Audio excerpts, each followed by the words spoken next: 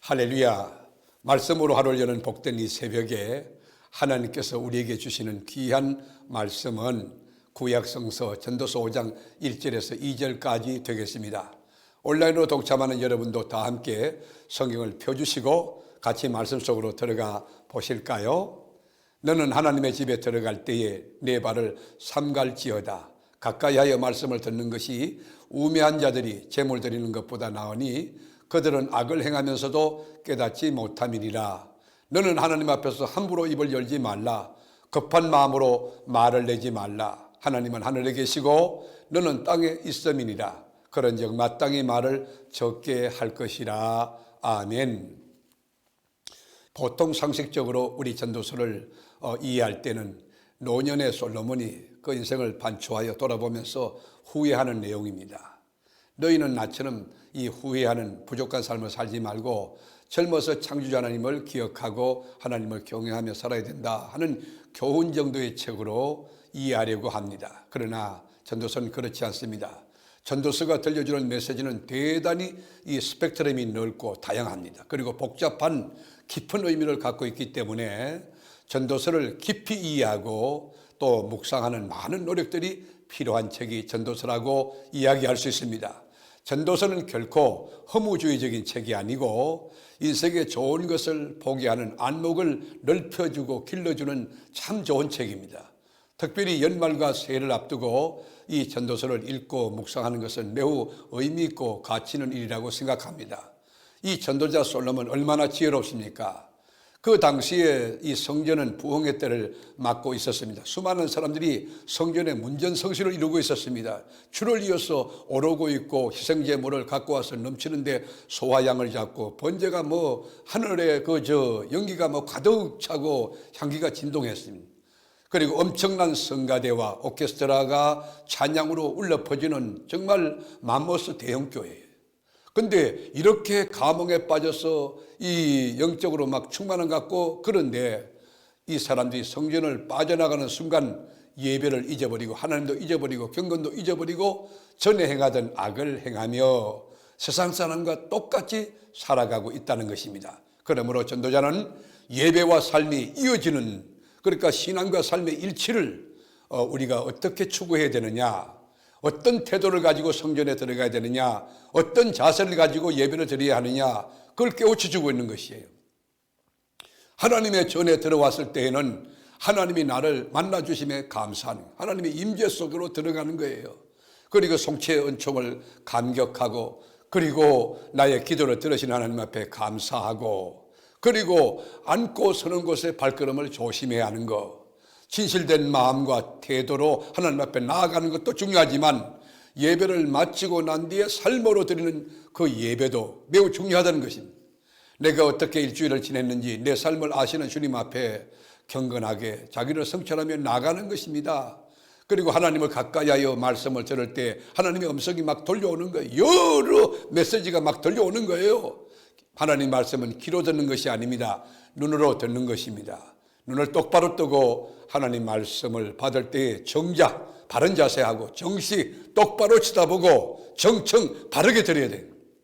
하나님 말씀이 멀리서 들려오는 메아리가 아니고 내 앞에서 가까이서 하나님의 음성으로 들려오는 그런 이 예배, 그런 말씀 듣는 태도가 우리에게 있어야 됩니다. 예배에 있어서 말씀을 듣는 일이 풍성해져야 됩니다. 가까이에서 하나님 음성을 들어야 됩니다. 하늘의 소리 들어야 됩니다. 성령의 소리를 들어야 됩니다. 들음으로써 예배가 시작되고 예배가 진행되고 예배가 완성되는 것입니다. 그래서 여러분, 앞자리라고 하는 거, 교회 와서 앞자리는요, 예배자의 자리, 저 뒷자리는 방청객의 자리. 여러분 일찍 와서 사모하는 마음으로 맨 앞자리에 앉아서 하나님 앞에 준비기도 하고, 그리고 지나온 잘못된 것들을 주님 앞에 통회자복하고 주님 이름 앞에 찬양을 올려드리고 이 예배를 위해서 집중적으로 사모하는 마음으로 기도 준비한다면 하나님이 음성을 들려주실 거예요. 그 은혜가 넘치는 거예요. 여러분, 말씀 잡는 자세를 보면 그 사람의 믿음의 현주소를 파악할 수 있어요. 우리가 교직에 오래 계셨던 선생님들이 학생의 학습하는 태도를 보면 그저 예습하고 복습하는 거 보고 그다음에 이 강의 듣는 태도를 보면 이 학생 공부 잘하겠다 판단할 수 있는 것처럼 여러분 말씀 듣는 태도가 굉장히 중요합니다. 맨 앞에 나와서 두 눈을 부릅뜨고 그리고 주의 말씀을 사모하며 아멘 아멘 하나님 앞에 집중하는 거예요. 예배당이 현대식은 너무 화려하기 때문에 어지럽잖아요. 강단 뒤에 온갖 구호와 휘장이 너풀거리고 있고 그리고 뭐 오케스트라 같은 성가대가 있고 설교자가 너무 얼굴이 크게 보이고 하나님의 말씀이 잘 보이지 않아요. 하나님이 어디로 가는지 잘 느껴지지 못해요. 이건 잘못된 예배예요. 하나님이 주인공입니다. 하나님께 나아갈 때 우리가 함부로 조급하게 일을 열어서 안 된다. 이 말이 뭐예요? 땅 위에 있는 우리 인간이 하늘에 하나님께 드리는 소통의 방식이 기도 아닙니까? 그래서 2절에 보면 너는 하나님 앞에서 함부로 입을 열지 말며 한번 밑줄 쳐보세요. 급한 마음으로 말을 내지 말라. 하나님은 하늘에 계시고 너는 땅에 있음이니라. 그런즉 마땅히 말을 적게 할 것이니라. 기도는 내 뜻 구하는 게 아니잖아요. 아버지 뜻을 구하는 거 아닙니까? 땅의 것 구하는 거 아니고 하늘의 것 구하는 거 아닙니까? 5장의 기도 보면 성전에서 예식 중에 드려지는 대표 기도를 말하는 거예요. 기도는 길게 하는 거 아니에요. 말을 많이 하는 거 아니에요. 그건 우매자의 소리가 죄인의 소리가 거기에 들어가는 거예요. 기도는 기도하며 경건하게 또 점검하고 짧게 해야 돼요. 간단 명료하게 해야 돼요. 주의 성으로 송축하고 지언제를 자백하며 그리고 예배를 위하여 하나님의 영광이 될 수 있도록 설교제를 위하여 기도하는 거예요. 그 짧게 기도하지만은 예배 분위기가 하나님 앞에 집중하고 예배에 집중되기 때문에 성령이 역사하는 거예요. 여러분 드리는 기도가 가치 없는 이 소음이 돼 쓰레기가 되지 않도록 어떤 분은 막 창세기부터 계시록까지 길게 기도하는데 그건 잘못된 기도예요. 그건 정제되지 않고 정선되지 않고 절제되지 않는 기도입니다.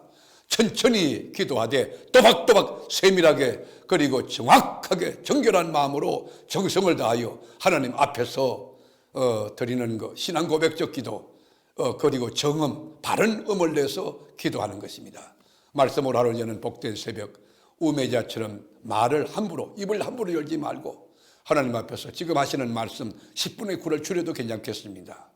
그리고 말씀 우리 혀를 하나님이 지배하여 말씀이 지배된 입술 혀가 되어서 우리가 기도할 때도 아버지 뜻을 구하며 하나님이 원하시는 그 영광을 구하며 그의 나라를 구하며 하나님의 영광을 돌리는 복된 역사가 넘쳐서 그의 나라와 그 일을 구하는 여러분에게 나머지는 주님이 다 더하여 주시는 놀라운 축복이 있게 되기를 주님의 이름으로 축원합니다.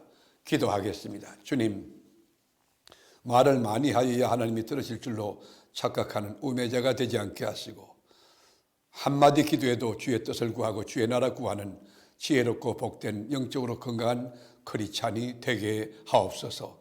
우리를 죄와 사망에서 건져내시고 오늘도 동행하실 우리 주님 앞에 감사 찬양 드리오며 살아계신 예수님의 이름으로 기도합니다. 아멘.